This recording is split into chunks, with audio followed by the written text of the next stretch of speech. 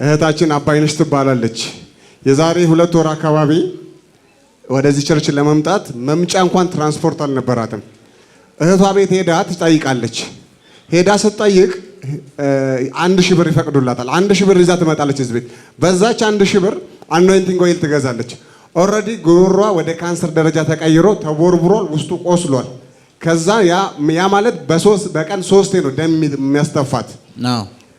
አኖይንቲንግ ኦይሉን ከተጠቀመች በኋላ ፍጹም ፈውስ ሆኖላታል። አሁን ካንሰር የለም፣ ነፃ ነሽ። የለም ሌላ ተጨማሪ እዛ መሀል ላይ ቁጭ ብላ ነበር። የሳሙኤል እናት የት ነው ያለሽው? ነጭ ጋውን የለበሽ የሚል መልእክት መጥቶላት ነበር። ልጇም እንደዚሁ ጨጓራ የመድማት ኬዝ ነበረበት፣ እሱም ተፈውሷል። አሁን ሰላም ነው። ሰላም ነው፣ እግዚአብሔር ይመስገን። አሁን ነፃ ነሽ፣ ልጅሽም ነፃ ነው። ልጄ የደማ እዛ 7ኛ ወንበር ላይ ቁጭ ብዬ ነበረ። መጥቼ 40 ሐኪም ቤት ውዬ ነው 10,000 ብር ጨርሼ ውዬ ነው። ወንድሜ ነው ሊሞት ነው ልጁ ብሎ ብርም የለኝም ነበር። እሱ ነው አስገብቶ አሳክም ያለኝ።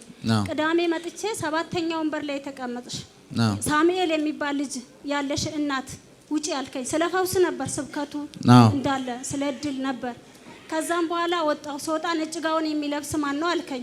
እኔ ነኝ ሼፍ ነኝ ግን ስራ ግን ዝግ ነው አልከኝ። አዎ ምንም የለም ዝግ ነው፣ አመት ለአመት አልሰራም አልኩ። የስራ በር አስከፍቻለሁ አልከኝ። ከዛን ቀን ጀምሬ አንድ ቀን መጥቼ ዘር መዘራበት ምን መመጣበት አንድ ቀን አጥቼ አላቅም። በቃ የስራ በር ተከፈተ፣ የስራ በር ተከፍቷል። በቃ እግዚአብሔር ክብር ለኢየሱስ ይሁን፣ አሜን። ከዛ ደግሞ ምንድነው ጉሮሮዬ በሁለቱም በኩል ነው ተቦርቡሮ ለ7 አመት እየመጣ በጆሮዬ ካንሰር ነው እያለኝ 7 አመት በሙሉ እየደማ የነበረውን ወንድሜ ቤት ሄጄ ነው። የወንድሜ ሚስት ድንግ ዝም ብላ አሳስቧት 1000 ብር ሰጠች። 200 ብር ትራንስፖርት አለኝ፣ ከሁለቴ ነው የምመጣው። ከዛ በዛ ተሳፍሬ መጥቼ ያንን 1000 ብር ዘይት ግዢ ለቤትሽ 5 ሊትር ብላ ነበር የሰጠችኝ።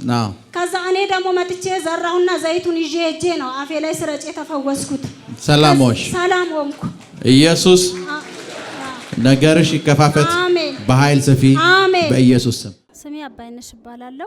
የመጣሁት ከሁለቴ ነው። እግዚአብሔር ያደረገልን ድንቅ ነገር ነው። እኔ ትንሽ ጥቂቱን እንጂ ምንም አልቻልኩም፣ ብዙ ነው። እግዚአብሔርን አመሰግናለሁ። ያደረገልኝ ጉሮሮዬ በጣም ያመኝ ነበር። ለማንም አላወራም፣ ቤተሰብ አያውቅም፣ ወንድም እህት አያውቅም። ለእግዚአብሔር ብቻ ሳወራ ስንት አመት የኖረውን እዚህ መጥቼ ዘይቱን ወስጄ አፌ ላይ ሳረግ ነው በዛው ደርቆ ቀረ። በቃ በቀን 3 ጊዜ ይደማ ነበር። በቀን 3 ጊዜ የሚደማውን በዛው ደርቆ ቀረ። ሌላ ደግሞ እግዚአብሔር ልጄን በጣም ታሞ በቃ ምን ማድረግ ይቻላል? ብዙ ጊዜ ሐኪም ቤት እየወሰድኩ ጨጓራው ይደማል፣ ከአቅም በላይ ይደማል። ከዚህ በኋላ ኢንዶስኮፒ ይታይ ተብሎ የተባለው ልጅ መድኃኒቱንም ሳይወስድ ምንም ነገር ሳይደረግለት መጥቼ እዚህ 40 ቀን መጥቼ ከዛ 40 ቀን አሳክሜው ቅዳሜ መጥቼ ስሙ ተጠርቶ ነው የሳሙኤል እናት ተብዬ የታመመብሽ ተፈውሷል ብሎኝ እግዚአብሔር ከዛች ቀን ጀምሮ የፈለገውን ይበላል፣ የፈለገውን ይጠጣል፣ ተፈውሶ ቀረ። በተደጋጋሚ እድሉን አግኝቼ መሰክራለሁ።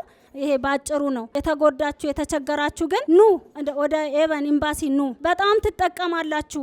ምንም የማትከፍሉበት ነው። መድኃኒት እግዚአብሔር መድኃኒት አስቀምጦልናል። እዚህ ፕሮፌትን መድኃኒት አድርጎ ሰጥቶናል። እውነት በጣም በቃ አንድ ቀን ደግሞ ፕሮፌት እጇን ልትጸልይ መታ እንዲገና እጇን ስዘረጋ በጣም በኃይል ነው እግዚአብሔር ነክቶኝ እኔም ከዛች ቀን ጀምሬ ተፈውሻለሁ። እና በጣም ነው እምወደው ፕሮፌትን በጣም ወደዋለሁ። እግዚአብሔር ነው የሰጠን። እግዚአብሔር ያኑርልን፣ ይጠብቅልን፣ ያስፋልን፣ ከጠላት መንጋጋ ይጠብቅልን።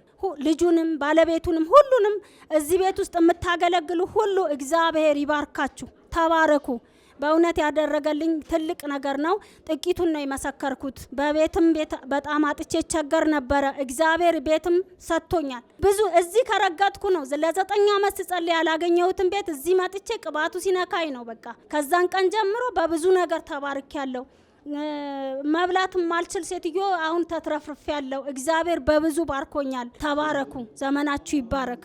አመሰግናለሁ።